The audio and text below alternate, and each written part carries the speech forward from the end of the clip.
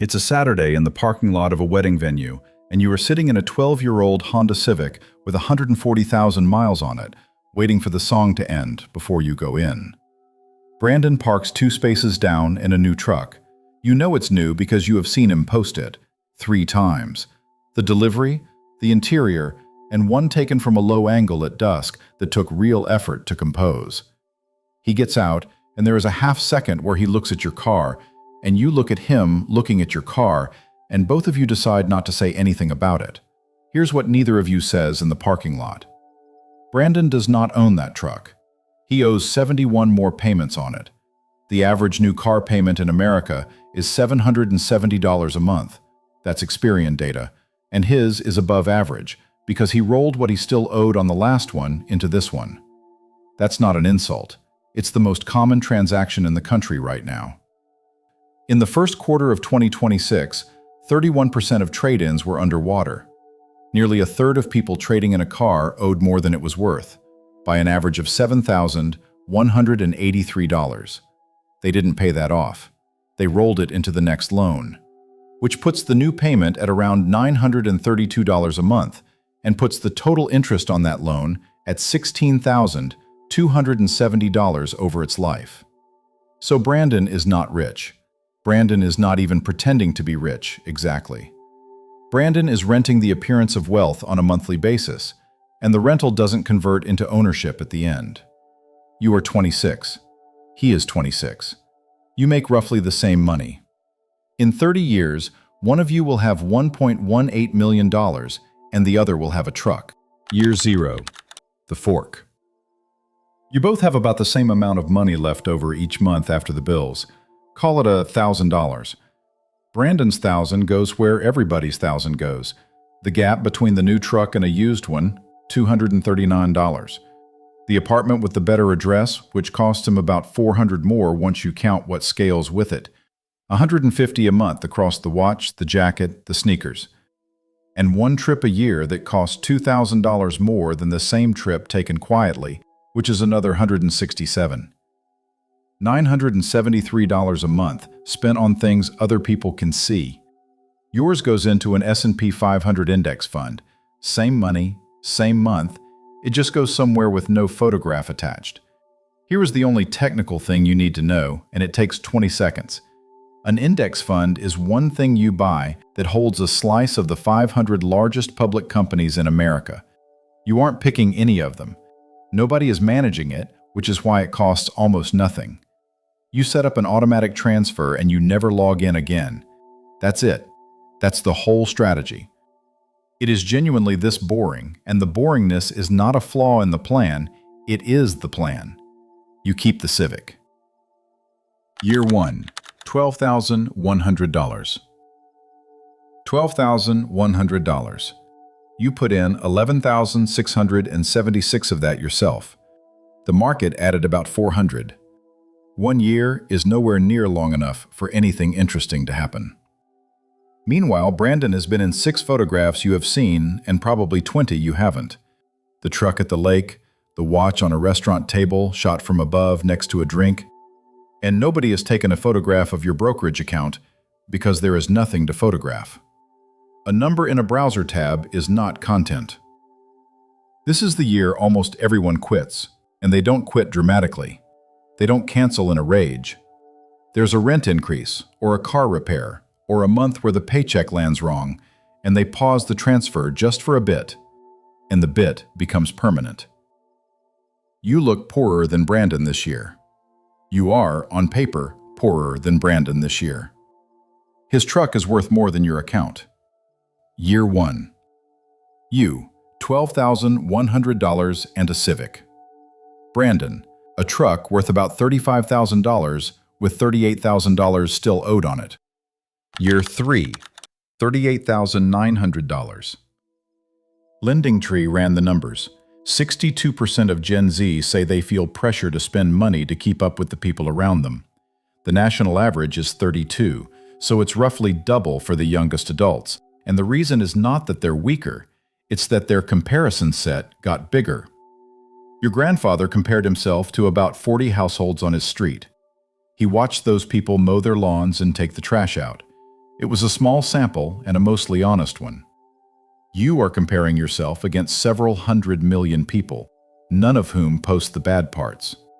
There is no feed anywhere showing the balance transfer, the declined card, the conversation about the minimum payment. You're being measured against an edited compilation of the best week of everyone's year, delivered continuously, with no timestamps and no mention of who paid for it or how. And half of American adults have now used Buy Now, Pay Later. 96 million people, 61% of Gen Z. That's not a fringe product, that's the default checkout button, which means a meaningful share of what you're scrolling past was bought in 4 installments by someone who does not have the money. Year 3. You, $38,900. Brandon, a truck worth roughly $28,000, still owing about $32,000.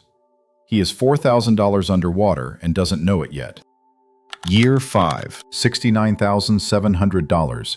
You are 31. You've paid in $58,000. The market has added about 11, which is the first time the growth has been large enough to notice, and it's still smaller than 1 year of your own contributions. This is the year somebody makes a comment. It happens at a barbecue. It isn't cruel, and it isn't even really about you. Someone says something about the Civic. Everyone laughs. You laugh too because it's funny, and because there is no version of the reply that doesn't sound insane. Actually, I have $70,000. You were not going to say that. Nobody says that. And that's the trade you signed up for, stated plainly. You agreed to be the guy with the old car in exchange for a number nobody will ever see. Here's what makes it bearable. You get to look at the number. They don't. Year 5. You, $69,700. Brandon, on his second truck. He rolled $6,000 of negative equity into it. His payment is now $932 a month.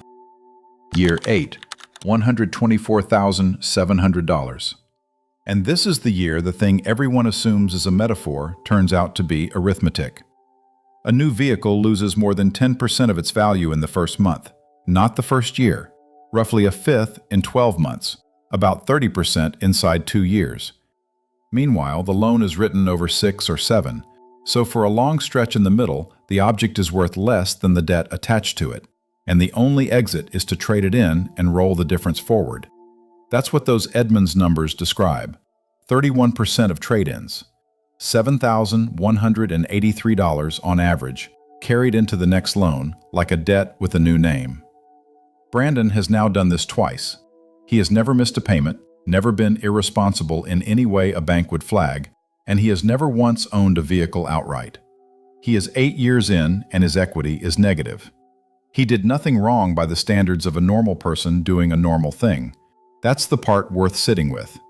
This isn't a story about a fool. He's paid roughly $93,000 into visible things over 8 years. So have you, into a fund. Yours is worth $124,000. Year 8. You, $124,700. Brandon, third truck, $7,000 rolled forward, negative equity. Year 12, $218,600. Something happened this year and you weren't told about it. Up until now, most of that balance was your own money. You put in $140,000 and the market added $78,000. Your contributions were doing the heavy lifting. Somewhere in year 12, that flips. The growth starts adding more per year than you do. From here, the fund is earning more than you are paying in. You haven't changed anything. You haven't gotten better at this. You haven't learned a technique. You have simply been in long enough that the money you saved in year 3 is now generating its own money, and the money that generated is doing the same. There's no notification. There is nothing to post. You find out later if you ever bother to check, and it is the single most important thing that will happen in this entire video. Year 12. You, $218,600, more than half of it earned rather than deposited. Brandon, a truck, a watch, and photographs of a trip he took 9 years ago. Year 15. The crash. $308,400 to $200,000. You lost $108,000, more than 2 years of your salary, gone, and you did nothing to cause it. You didn't pick a bad stock. You didn't get greedy. You owned the same 500 companies you owned in March, and they are now collectively worth a third less, because that is a thing markets do roughly every decade and always have. Nobody sends you an email about this. You find out because you happen to open the app. And here is the specific reason the visible stuff wins, which nobody says out loud. Brandon's truck did not drop 35% this year. It sat in the driveway, looking exactly like it looked in January. It was still losing value, faster than the market did, in fact, and permanently, because a truck doesn't recover. But it lost it invisibly, on a schedule nobody publishes, with no number on a screen to make you feel it. That's the actual appeal of buying things instead of owning assets, not stupidity. The losses don't have a live price tag, so this is the year you have to do the hardest thing in the entire video, and it is, once again, nothing. You don't sell. You don't pause the transfer. You keep sending $973 a month into a fund that just cost you $108,000. Every share you buy this year is on sale, though it will not feel remotely like that at the time. The people who lost money in that crash were the ones who looked and then acted. Year 15. You. $200,000 and a very unpleasant 9 months. Brandon. 4th truck and a completely calm year. Year 20. $506,900. You are 46. You still drive an unremarkable car, a different one now, bought used, paid for outright. Nobody knows. That is not a figure of speech. Your coworkers don't know, your neighbors don't know, and if you told them, some of them wouldn't believe you, because $500,000 and a 9-year-old sedan don't go together in anybody's head. This is where those Goldman Sachs numbers stop being trivia. A quarter of Americans earning over $100,000 a year say they live paycheck to paycheck. Among people earning $300,000 to $500,000, it's 41%. 4 in 10 people making $500,000 a year describe themselves as living paycheck to paycheck. Not because they can't do arithmetic, because every step up in income moved them into a group with a higher floor, and then the floor moved again. Brandon got promoted twice. His payment went up both times. That's the part nobody explains. The raise doesn't land in your account. It lands in the gap between where you were and where the people around you already are. And you're not competing with your old life. You're competing with your current neighbors, who are competing with theirs. Year 20. You. $506,900. Brandon. Earning more than you, owning less than you, and working the same job you are. Year 30. $1,187,000. You are 56. You paid in $350,000 of your own money across 30 years. The other $837,000 arrived on its own. Brandon paid in the same $350,000. His is in a truck worth about $30,000 with $22,000 still owed on it, a watch he'd get maybe a third back on, and a very large number of photographs. That's the whole video, and neither of you did anything clever. You both spent $973 a month for 360 months. The only difference was whether the money went somewhere it could compound or somewhere it could be seen. You are not smarter than Brandon. You were just invisible for 30 years, on purpose. Year 30. You. $1,187,000. Brandon. $8,000 of equity and 30 years of content. Now the part where I take the title apart, because it claims something that isn't true. Looking poor does not make you rich. There is no mechanism by which driving a worse car causes money to appear. Most people who look poor are poor. That's just what being poor looks like, and dressing it up as a strategy is insulting. The honest version is narrower. Not spending money on looking rich is what builds wealth. Looking poor is the side effect, not the method. Buy the truck if you want the truck. Some things are worth their price to you and nobody else gets a vote. The argument was never that spending is a moral failure. The argument is that most of this spending isn't for you. Go down the list: the car, the address, the watch, the trip that had to be photographed. Then ask which of them you'd still buy if nobody could ever see it. Some survive that question. Most don't. The ones that don't are charging you a monthly fee to manage a stranger's assumption about you. So here's the trade, as plainly as I can put it. You're not buying a cheaper car. You're buying the number of months you could go without a paycheck. That's the whole thing. Brandon has about 3 weeks. You have years. And the difference between you was never income or intelligence or discipline. It was one decision, made at 26, in a parking lot, about which of you needed to be seen. Tomorrow morning, Brandon's payment comes out. So does yours. Only one of them is coming back.